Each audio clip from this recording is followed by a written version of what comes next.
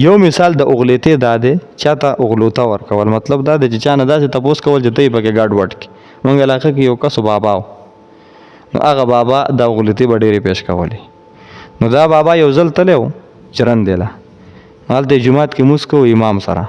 هغه امام صاحب ته یې وویل زه تا نه د یو مسلې تپوس کوم. هغه ورته یې وکړه.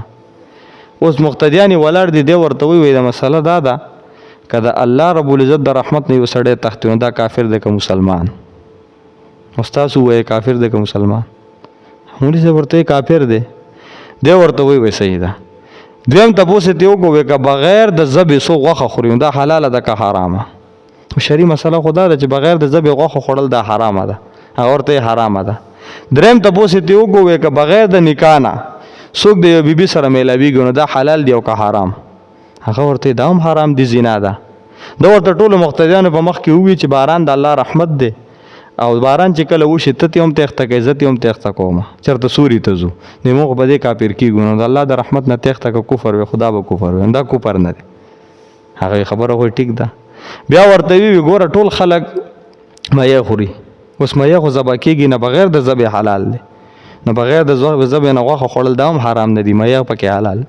مولوي صاحب دا هم ټیک ده.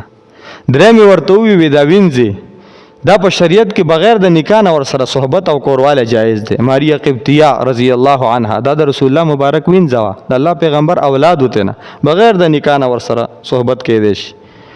نو بغیر د نکاح نه بیبي سره صحبت دا جایز دی چې کله وینځئ. او مولوي صاحب ورته که ما ته پرېښودې زه به ستا بچی یم، ځکه دا د ټولو مقتدیانو په مخ کې وشرمولم. نو ده به بیا وی مولوي صاحب چا سره په خبرو وویل زه لاړم جرندې ته کس ته ما یې دانې راله راکوه، بیا مې روډ ته راوخېجولې او ګاډی مې وکړو. ما یې چې اوس د ده د خبرېدو نه مخکې زه د علاقې نه وځم کنې بیا مې په مقتدیانو وهي پرېږدي مې نه. نو دې ته ویل کېږي اغلوته. اوس د څه دپاره دا سوال کړی و؟ مولوي صاحب یې د خلکو مخکې چوپ کو. نو د دغه چوپ کولو دپاره دا سوال ته کړی. بعضې خلک دا سوال کوي، اکثر دا خلک وایي هغه کوم اودس دی چې دا نه په متیازو ماتیږي نه په ډکو متیازو ماتیږي، په هېڅ شي دا نه ماتیږي. یعنې څومره نواقص د وضو دي اودس چې پرې ماتیږي دا اودس پرې نه ماتیږي. دا کوم یو اودس دی؟ دا اکثر طالبان یو بل نه کوي. نو سړی پکې حیران چې دا کوم اودس دی؟ دا چې کله یو سړی په غسل کې یو خو په حالات د جنابت کې اوده کېدل دا بالکل نامناسب دي. انسان د هېڅ پته نه لګي انسان ته مر راشي د شپې. نو که چا ته داسې حاجت وي نو پکاره دا ده چې کم از کم دی غسل وکړي، که غسل نشي کولی نو بیا کم از کم اودس وکړي. دا چې کوم عام اودس کېږي داسې اودس دې وکړي. اوس په دې اودس باندې دی پاکېږي نه، خو دونه به وشي فقها لیکي د ده په دې نجاست کې بلې خفت پیدا شي.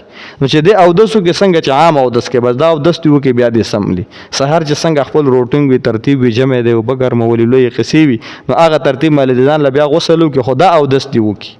اوس دې اودس سره د ده په دې جنابت کې خفت راغلی دی سملاسته سملاسونه پس بیا یې د قضای حاجت ضرورت پیښ شو نو بیا لاړې قضای حاجت یې وکړو. هغه اودس چې هغه یې د جنابت د خفت دپاره کړی دا اودس یې مات شي وایي دا نه ماتیږي. هوا ته خارجه شو دا اودس یې نه ماتیږي.